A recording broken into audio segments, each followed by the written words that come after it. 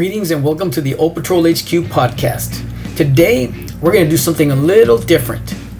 With us today is Maria Rodriguez. She's a 31-year-old powerhouse and is considered the voice of the unstoppable. A first-generation Mexican native, speaker, entrepreneur, and published author, she's here to remind you that nothing is impossible with faith, hustle, and heart. I hope you enjoy the podcast. Good morning, Maria, and welcome to the Old Patrol HQ podcast. Hi, thank you for having me. I'm really excited to be here. It's good to have you, and you're probably wondering why the heck you got a message on Instagram from this old man to say, hey, do you want to do a podcast? After I had the first post I did of you, I said you were my new crush, right? But that's because, I, of course, I'm involved in social media a lot, and I take my news from a lot of different places because you can't trust just one place, and you have to wait to see how things play out too, because everybody jumps the gun. Mm-hmm. But I just saw I had seen a few of your commentaries. One in particular I really enjoyed was the one about, how old the zombies are getting in Congress. How long they've held power, and and not understanding how they allow these people to go so long to the point where they become feeble, which makes you wonder how their decisions have been affected all that time. So different things like that. And I just really appreciated and enjoyed your honesty, your candor, your sharing of your own life, you talking about how you came, from the struggle growing up to the point where you are an entrepreneur, you're an author, you're a public speaker, and you do that very well.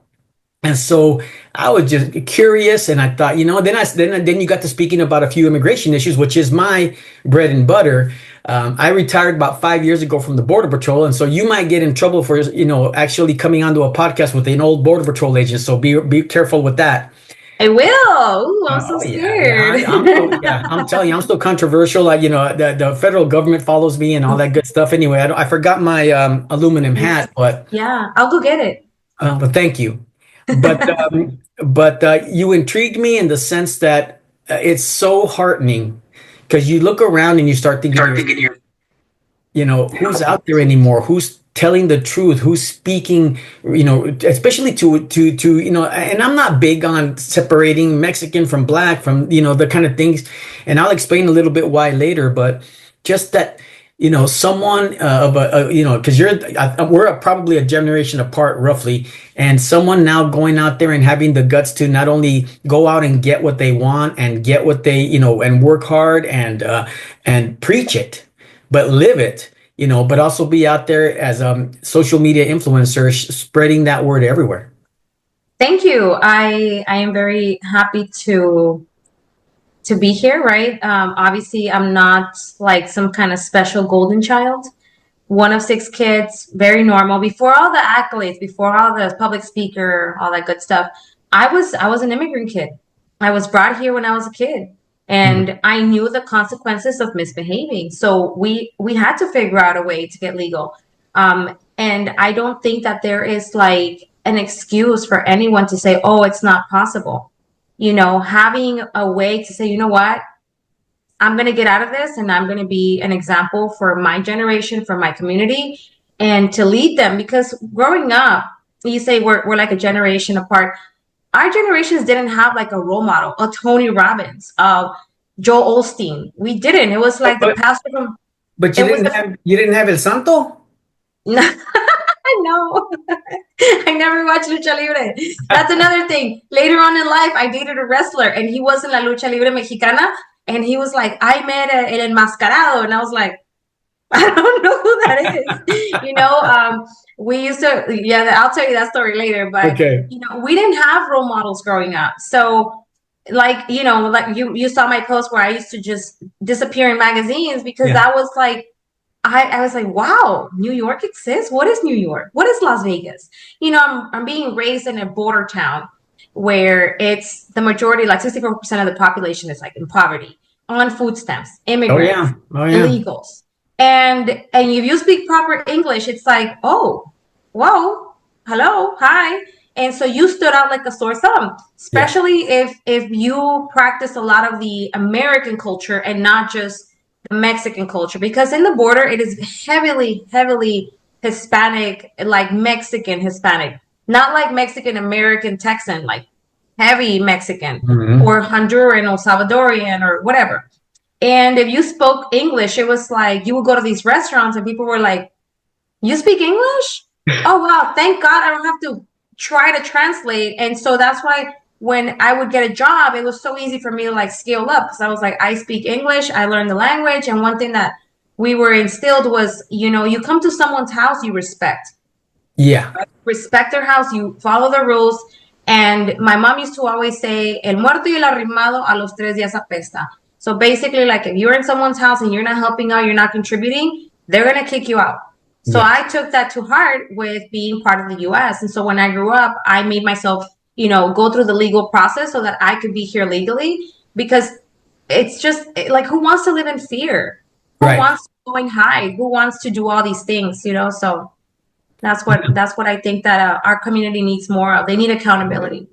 Yeah, yeah. And see, for me, the same exact thing, but 60 years ago. So I grew up in Douglas, Arizona, which is right next to Agua Prieta, Sonora. There you go.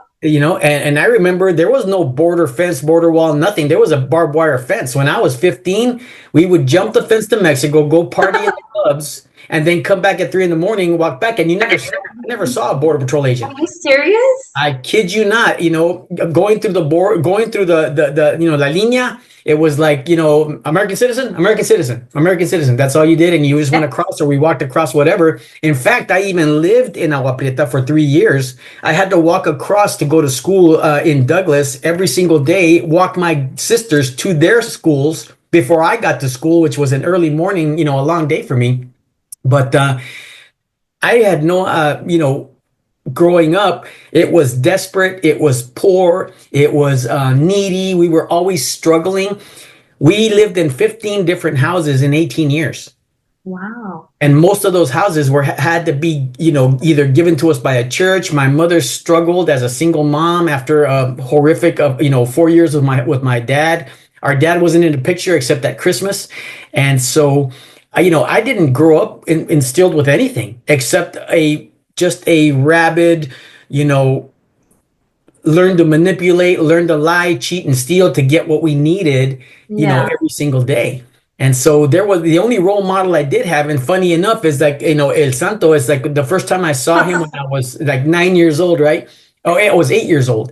And the one thing my mom made sure she did is that every time a new movie of his came out, she took me across the line, bought me a box of those chocolate stars, right? And then paid for my ticket, and I'd go in there for 2 hours and I would escape the world. And that was my escape. And I just always saw myself, I even like, I remember one time getting, for Halloween, getting dressed as El Santo and going to school and getting the living, daylights beat out of me, right? But Yeah. I didn't care. I didn't care. So it's like growing up, no dad, no anything like that. And at the time, you're not thinking about, and that's what I was going to tell you about race. So, you know, I think that you can get to the point where you're so poor, you don't care who's black, white, or Mexican or anything. The only time I suffered discrimination growing up is because I was poor. Wow. By your own people. Yeah. Yeah, basically by my own people. And and again, yeah, like you said, knowing English, I remember one exact time there was a lot of gangs, right? There's a lot of, you go around different places and different, Mexican gangs, Chicano gangs would be around the area. And then of course they'd stop you and say, what gang are you from? And I remember one time I got stopped and they said, "What gang are you in? Who you belong to?" I said, "Mexican." And So and innocent. for some reason the dude thought that was so funny that he said, "Don't worry about it, man." He goes, "Nobody's going to mess with you anymore." And I'm thinking, who is this guy? Turned Yeah. out to be the leader of one of the biggest gangs there. And so I actually, somehow, some way, with all the other people bullying me, this guy would not allow any of the gangs to grab me or bully me or try to force me into one of their gangs. And so I don't know how that happened, but it was by the grace of God. Yeah, he was your angel. I He think was your so. I think angel. so. Yeah, yeah. It was so That's crazy, crazy. and I saw him many different times, and for some reason he seemed to take a liking to me. I felt like Nobody was going to mess with me if he was around me. Yeah. But those times were very few and far between, but they were there. I think like even though you didn't have a role model, even though I didn't have a role model, and somehow we still made it out of the wrong side of the tracks and we got our life together, you know, and we're generations, you know. So it's like, okay, so how exactly did we make it out of there? Two different states. I'm from Texas, you're from Arizona. How is it that the ones that have the same values, me and you share a lot of common values. I think it comes down to values. It doesn't come down to the color of your skin, doesn't come down to your career, it doesn't come down to who raised you, where you were raised. It comes down to your values. So I do think that the values that me and you share is what got us out of there. Because every single person that I talk to that tells me, oh, you know, we share the same values, I have a business, I started a grocery store, I started this, I started that. And I'm like, dude, every single value that we share leads you to success. So, I mean, do you want to start with the values conversation? Because we were talking a little bit yesterday, and that was like, I got to thinking like all evening, like, yeah, it all comes down to values. Yeah, yeah, and I think though it depends too because uh, I I joined the Marine Corps to get out of Douglas. Thank you for your I used to call service. it the thank you. I used to call it the Douglas syndrome. I saw that everybody that was stuck in Douglas was stuck in a rut. You were either smuggling or you were a cop or you were Hmm. like I said at the time, remember pumping gas or bartending, you know? And I had to get away. And I think too, you know, God bless my mom, but you know, I didn't have a childhood. I didn't get, you know, and so I just wanted to run away. And I did run away from you know, from the responsibility of taking care of my sisters, the responsibility of taking care of my mom, my little brother. I just wanted to go. But in that, even when I joined the Marine Corps, they pummeled into me this sense of honor, this sense of pride. This, and I had the drill instructor was the dad I never had, right? And oof. But even then, though, that little kid that grew up, like I said, poor, hungry, desperate, lonely, you know, school was a nightmare for me. High school was a nightmare for me because everybody around it made it a nightmare for me. I still had a lot of growing up to do. So, you know, I didn't get my head out of my butt until I was 30. You know, you did it. Thank God you did it a lot sooner, you know. But me, you know, it took that long to, you know, and a conversion to Christ to actually give me the moral structure because I had no template. I had no structure until I turned to faith in Christ, you know. And I was a CEO in the Catholic Church for all my life, right? Christmas, Easter only. So that took me that long for me to apply the values that I did not get at home that I got when I left. Yeah. Yeah, and that's a great way to talk about the pride that we have for our country, right? And I say our country because I've lived here all my life. There's you know, like it's a little like embarrassing because people are like, "Hey, I recently went to the Mexico game," and they're like, "Oh, we missed el himno nacional," and I'm like, "I don't know it." They're like, "You don't know it." I'm like, "I don't know my own country's national anthem. I don't know it." And they started singing it, and I was like, "That's beautiful." I still don't know it, Yeah, you know. And yeah, so I like that you can serve your country, right, and be proud of it, and take it as your own and take care of it.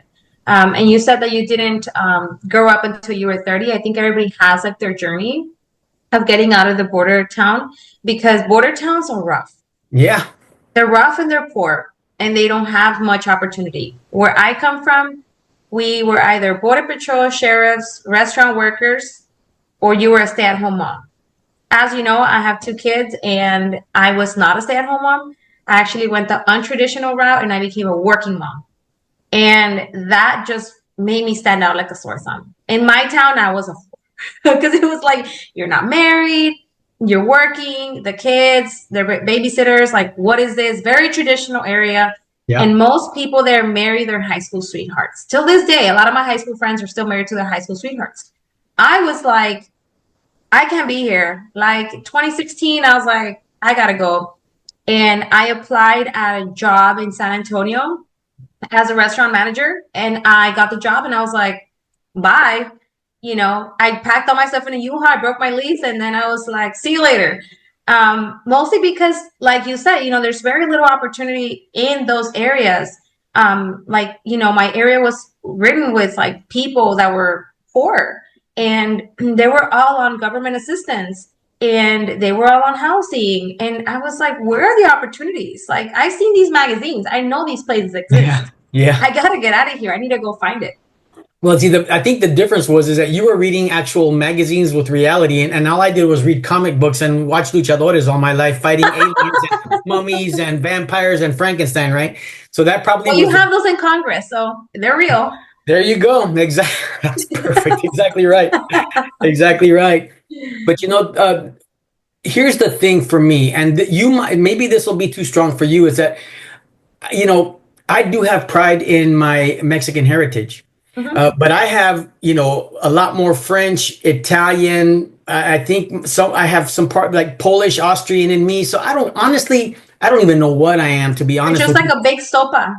Yes, but basically, they that funneled through Mexico, and I was the first one, the first American born in my family, the firstborn of all my cousins, of all the family. My mom had the first kid, and but honestly, I can't bring myself to thank Mexico for anything that ever happened to me. I mean, it wasn't Mexico that gave me my opportunities. It wasn't Mexico that opened the doors for me to have what I have right now, and give me what I have. I acknowledge my background, but like you, I'll never stand for another anthem from another country anywhere ever, ever.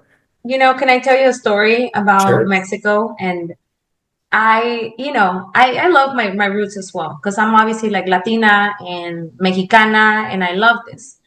However, I'm not proud of the fact that our government in Mexico is so corrupt. Like, one time I was watching the news, and we didn't have like cables. I was watching like Las Noticias Mexicanas, Canal 5, and I'm just watching it. And they were so proud. They had like an event going on for single moms, and how they were going to give them like baby cribs. And I was like, wow, baby bassinet, something like that. I was like, wow, that's so kind of them. So they're doing the presentation, the speech, whatever, and then the governor comes out, and he's like, we have all these moms, and they show all the moms very humble with their babies, right? Y muy humildes las señoras, very, very humble. You see single moms here, and they look like they're kind of bougie. Over there, very humble. And so I'm watching them go up to the stage, and they say, we had like so many millones de pesos, like millions of pesos donated. Made it seem like they had quite a few donations. Tell me why they gave these ladies a cardboard box in the shape of a bassinet. And these girls were so humble, so grateful. Oh, thank you very much. And I was like, you guys couldn't afford to not put money in your pocket to build actual cribs, order them from the US in pallets, Costco, Sam's, get a collaboration. Yeah, Amazon, yeah. Yeah, you guys had to give them cardboard boxes. And Yes. I was like, I bet you anything that most of that money went straight to their pockets, and they paid half or a quarter of the price for those cardboard boxes. I was so baffled. I was offended for them. I was like, wait a minute. Yeah. This is ridiculous. And that to me was like, these people don't know any better. And when they come here to the States, they think it's going to be the streets of gold. Oh, And yeah. one thing Yeah. I told them on my Instagram is, you're going to come here to work your tail off. And unless you're willing to leave your kids at home or with a babysitter till they're 18, dale. But Yeah. even then, it doesn't guarantee you success. And see, that's the part that I just don't understand, is that when you pay attention to what the liberal leftist Democrats, not all Democrats, right? I have Democrat friends and everything else like that. Yeah. The way they talk about the minority, the Mexican, the blacks, everything else like that, they talk down to us. They are like, you can't survive without us being in power. You need us to succeed. You need us to give you that leg up. You need us to give you that affirmative action to get you in somewhere, not by your own merit, not by your own education, not by your own intelligence, your own efforts, but just based on the color of your skin. And that part, I think, how do you not see? That makes me seethe. Like, oh, you're the great white savior, that my The Messiah. Messiah. Yes. And then, did you see the lady on TikTok recently that um, put the black gentleman in his place because he voted for Trump and he didn't understand the reality, and so she explained it to him. But when he tried to explain back what he believed, she said, "No, no, no, no, no, no, no, no. You don't get to talk. That is the ultimate in privilege. That is white privilege. Even though I never had a white friend that was privileged at all. They either were, living in trailers or selling dope or struggling or but I've never seen, I don't have many white friends that did not work their asses off to get what they have. So I don't understand where that white privilege comes from. But there is such a thing as Mexican privilege too, right? Yep. That idea that you know, somehow you're not a real Mexican unless you believe what I believe, or you believe what the Democrats believe, or the Democrats telling me I'm not a real Mexican. It's like all of a sudden you get to decide Hmm. with the party of compassion and of inclusivism and everything else like that. But apparently, If you speak Republican. proper English, you're not Oh, no. Mexican. You're Yeah, not and a my real Mexican. mother. That's one gift my mother gave me: reading and writing and speaking both languages by the time I was 3 years old. She That's taught me right. with Mexican newspapers. I read, so I had my English, my Spanish was Castilian, baby. I mean, pristine, perfect. Right. When I talked, I sounded like an article in a newspaper, And Yeah, so you when sound I like a went to noticiero. when I went to Border Patrol Academy, I scored a 98 on my Spanish exams, and I didn't get a 92 because the guy told me I don't give anybody perfect scores. I got a 98. He took away 2 points because he says I don't give anybody perfect scores, but I didn't have to study. And I helped all my buddies, all my white buddies, day in and day out, go through their tests and pass their test, right? So I'm grateful to my mom for that. But I just don't get how a man can be a man, strong and in that Mexican pride, right? That Yeah. you can't break. But you come to the United States and all of a sudden you go from Viva la Raza to Give me some. give me something. Yeah. I don't understand. When people tell me, oh, you're not a real Mexican, you're a betrayal to your own people, you're a sellout. I'm like, what am I selling out? Name five things that the United States has given you or that Mexico has given you that the US hasn't. I'll go first. A career, opportunities, food, shelter, out of poverty, citizenship. Kids. My Yes. kids are safe. My kids would have been dead in Mexico. And don't forget being able to get on the phone and order your food and have it Yeah. delivered in 5 minutes. I mean, come on, right? Safety, shelter, water. Mexico. You go to Mexico, you shower for 5 minutes, the pressure's gone. Exactly. You go to Exactly. Mexico and you have a really nice house, cartel's gonna come and say, hey, where's Yep. the feria? You go to Mexico, you're gonna use a public restroom, they're gonna charge you to use that restroom and they're gonna sell you that toilet paper. Oh yeah. What has Mexico ever given any of these immigrants, including myself, that the US hasn't? The US is like the provider for all of us. If Mexico was so great as they say it is, oh, Mexico is un gran país, pero ¿de qué sirve? What are you guys demanding here? You guys are saying, oh, give us this, give us this.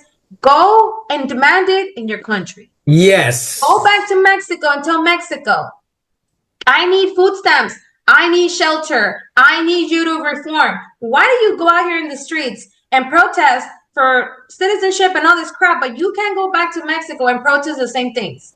And it's always the no sabo kids. Those kids that were privileged to be born here, whatever, that's cool. However, this is your country. Why are you trying to be a Mexican? There's no pride in being a Mexican. Unless you're going to go out there and fight Morena and pair up with Lili Tellez, then shut up. Shut up and serve your country, which is the United States of America. And if you really think that this is such a bad country, I dare you to go spend 10 years in Mexico. And I that's dare you. Yes, and that's the thing. Most of the people out there screaming the loudest and protesting the loudest with their, 2000, $700 cell phone, Yeah. with their Starbucks in their hand, and their, clothes and their car and everything else like that, talking Yeah. about socialism, talking about everybody should have Oh, it's everything so equally. unfair Oh, here. yes, yes, yes. Unfair. I Yeah. get to shower for 10 minutes and the pressure doesn't die. I get Yeah. to go out in the streets and have fun with my friends and I don't end up decapitated or in a freaking acid tank because I didn't like the way someone stared at me. You know, Exactly. Yeah. people are so entitled here that they've never been to Mexico. Oh, I went to Sinaloa, blah, blah, blah. Okay, cool. Well, you went once. People live there. Mexico is out of control. You want to demand the things here for your parents because they don't have a voice. You can go serve in the military and they can get a citizenship. Why Yeah. don't you do that? Oh, there's Yeah. no path to citizenship. Yes, there is. You can go, graduate high school, serve the military. Guaranteed. Oh, but that's too much. Why would I serve a country that's not mine? You're Ah. here. You're here. That's Yeah. If you're you're here. not You here want to to make stay this here? country your own, and let me give you a quick example of my experience in the Border Patrol. So, was in 25 years. I retired about 4 years ago. So, the first 10 years of my career, it was a bunch of people coming here trying to, like they say, make a better life, get a job, and everything else like that. But they wanted to become Americans. Yeah. Right. I mean, they did it the wrong way, yes, but Yeah. they wanted to be and live and be part of this country. Mhm. But then I noticed a shift, Maria, from the point where now just about everybody we started to catch and everybody I ran into was just here to, get released into the country, and we tried to sift through most of the criminals, right? The Colombian criminals, the El Salvadorian, all the ones that South America that funneled through Mexico to come to us. We were sending him back, but after a while, we just started releasing them all, and they knew that. And this even happened before. I mean, you can't blame Republican or Democrat for this because this is a problem that's been happening for decades. Mhm. And everybody, Republican and Democrat, kicked the can, kicked the can, kicked the can, kicked the can. And now, when the buck basically stopped at Trump, Huh? but America doesn't have the inner fortitude to Mhm. deal with this level of enforcement because this level of enforcement hasn't been seen in decades. Yeah. Ever since we had what was it? I think it was Nixon. Nixon or Reagan. Reagan gave us amnesty, right? Right. Okay, but Reagan was doing it from the point of these people came here to work because we needed workers after World War II. We needed that workforce. We didn't have a lot of workforce, so we Yeah. allowed them amnesty because they were here to work. Now, what really baffles me is the amount of people that don't want to speak the language. You know how many times this basic, ese es un requisito básico para todos los latinos. Es un requisito básico y es tu deber. It is De your verdad. duty to learn to speak the language. Es tu deber aprender el lenguaje de este país. Solamente porque somos latinos, because we're Latinos and it's fully Latino in some areas, doesn't mean that everyone has to bend to your will. No todos tienen que hablar español porque tú no sabes inglés. Aprende a hablar inglés. Learn to speak the language. Every time I go somewhere and there's an Amazon delivery driver, a UPS, and it's primarily Amazon or Uber or Lyft or DoorDash, they always walk into a building and they're Mm-hmm.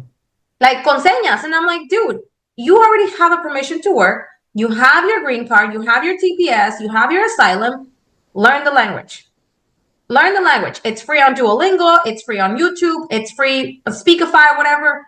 Learn to speak the language. Like, why are we giving these people, right, the ones that come here to work, but we don't require them to speak the language? I think that should be part of the green card requirement. You want your green card? Pass the test. Oh, but Pass it. Assimilate. putting any requirements on our poor illegal alien population, Maria, is just cruel and inhumane.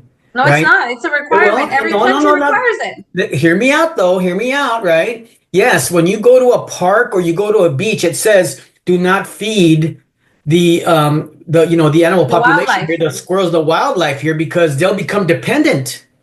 They'll become dependent on that food and they won't forage for themselves. And is that not a perfect picture of how the illegal immigration population is being groomed to be completely at the mercy of a political party?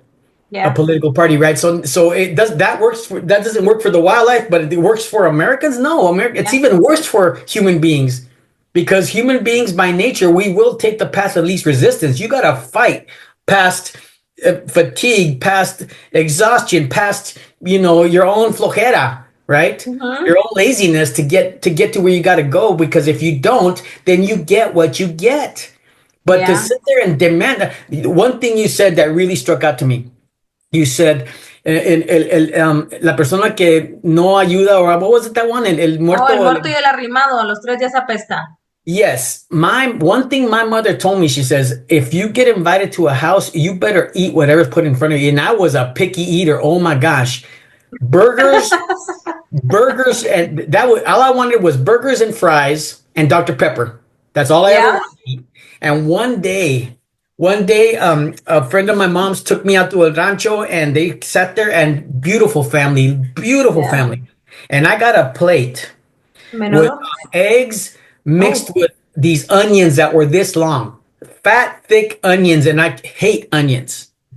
But I sat there and I ate every bite, and I thanked them afterwards and before I left, and I thanked them for their hospitality. I mean, of course, anytime I was able to stay in somebody else's house was a dream, because their houses were clean and nice and everything else. Especially, I had some friends that were very well to do, and I always wanted to spend a night at their house. But that humility, that respect, that normally I think our Mexican, brothers and sisters, our Latino brothers and sisters would practice and would do, but somehow when they get to America, they kind of become this kid we were when we were kids. They're still at that stage where they're needy, they're screechy, they're wanting, they're just like desperate, and they want everything handed to them. It's like, well, since when, right? you How do know, you take pride in that? let's take off the labels, like the Mexicans, the Hondurans, Venezuelans, because I've met all ethnicities, right? Right. And Me like I said, too. it goes down to the values. It goes down to the values. It's like when you're sifting through gold, right? At the river, you go and grab that. You've seen those shows where they grab all the dirt and then you sift it and then the gold Yeah, stays on panning top. for gold. Yeah. Yeah, that's exactly how it is with all Latinos from Nicaragua, Venezuela, Honduras, whatever you want. It all comes down to the values. Those of us that were raised with you eat what they give you and you clean up after yourself and you help out. And you're right. Those are the people that I've seen that they have those values and that, you know, they represent more of the conservative side.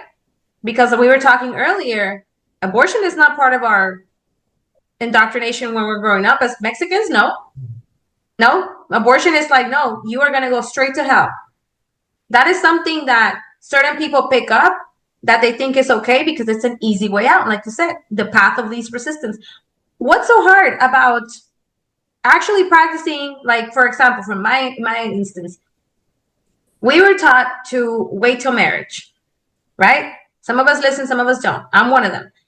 Did I learn later on in life? Of course, right? But always go to church, take care of your family, obey God, follow the law, have good values, help people. A lot of those values blend very well. Unfortunately, if you want to label it as a conservative party, the Republicans, that's who we identify more with, you know? I don't identify with dyeing your hair purple and being all kinds of non-binary things and being confused and cutting off your genitals. I don't know. That's what? That's loco. Like, that's weird. You know, that's not what I was taught to do. All of my sisters are married with kids. They've all had one husband and they married and they're like 16 years, 15 years, 14 years, 13 years. Even my little sister, she has a boyfriend for God knows how long. So we're not taught to, you know, that's not what our culture was. So I'm having a little bit of trouble understanding how you say, like, some Latinos that come here, they choose that path of the free will and let your kids do what they want and they don't have to have a gender. I'm just wondering, like, what made you think that that was okay? Because is it the path of least resistance to not raise your child and let someone else tell you, yeah, maybe they're not a boy. Maybe they should cut off their genitals. Who knows? Maybe they're just non-binary. Maybe they're a dog, you know? Yeah. Because parenting, it takes work. It takes being active. It takes a lot of effort. And that's where Lot. the divide came, is where all of a sudden parenting this generation, and I'm not including you in that respect, but this generation has gotten to the point where they think that they know parenting better than anybody's ever known in the past. They have the advantages of the smartphone, of the information at their fingertips, but has it produced better children? Has it Yes. produced better kids? Except for the few like yourself, right, that say, my kid's not going to watch TV all day long. My kid's not going to play games all day long. My kid's going to be active. You know, you actually said they don't have a phone, right? You said that you don't give them No, phones. And no let, Wi-Fi. but see, to the left, that's extreme. That's torture. That is cruelty. That is just inhumane punishment to do that to a kid. Yet, if they want to literally chop off little kids' limbs, body Hmm. parts, right? Hmm. Like your kid coming and saying, Chemical mutilation. "Yeah, Dad, I want to be a pirate. Okay, let's go poke your eye out and cut your leg off, and that way, you can be a pirate." It's like, who would do that? Who would do that, right? I But think it's all the propaganda that they're pushing. Like of it's course, Netflix. of course. And here's what I think. Honestly, I do believe that the divide that's being, you know, fumbled on us all day, every day is not real. The Hmm. consequences are. Now, is the nation divided as much as they like to make us believe? I don't think so. I think that's No. all social media made propaganda. I think what they do is they hire people to go on and just write fake stories. And I've seen so many of them. And then you react to that fake story, and you don't even find out whether if it was ever real. It doesn't matter. But the Yeah. reality is, Maria, that I could have said up until a month ago, I could have said that I've never met a leftist, blue-haired, screechy, rabid harpy thing screaming at me about what I believe. But then in the last month, I have met three of them. You have? I'm sitting there and I'm going, relax. Let's just talk about this. There's no need. I said, if you don't want to, if that upsets you, it's okay. We don't have to talk about it. But no, you don't understand. We have a king and he's killing transgender people daily. I'm like, well, where is that happening? Who I've lost never their seen it. rights? Who lost their rights? I get to see any of that, but yet it's gotten to that point. And you know what? We could talk about this probably for another 2 hours. But what I I'm like, actually happy that I've never met any of them. yeah, never yet. No, Wow. no, nobody has ever walked up to me and said, "You are that person that likes Trump. You are racist." I'm Mexican. How can I be racist, weirdo? Uh, uh, How? How? I'm Mexican. well, Like, because you're a token Latina. You're the equivalent of a Tío Tom. You're you a know what? They've called me whitewashed on the internet before. They've yeah. called me anything. Or what is it? A whitewashed coconut. All Bootlicker. yeah. I didn't even know what that was. I was like, a Yeah. Oh, bootlicker. but don't forget fascist, racist, xenophobic, homophobic, But look, let's talk a little bit more about your trajectory. You were able to overcome, and so was I eventually. I totally credit my faith in Jesus Christ, my marriage, my 42 years of marriage with my wife. So I started out on less than zero.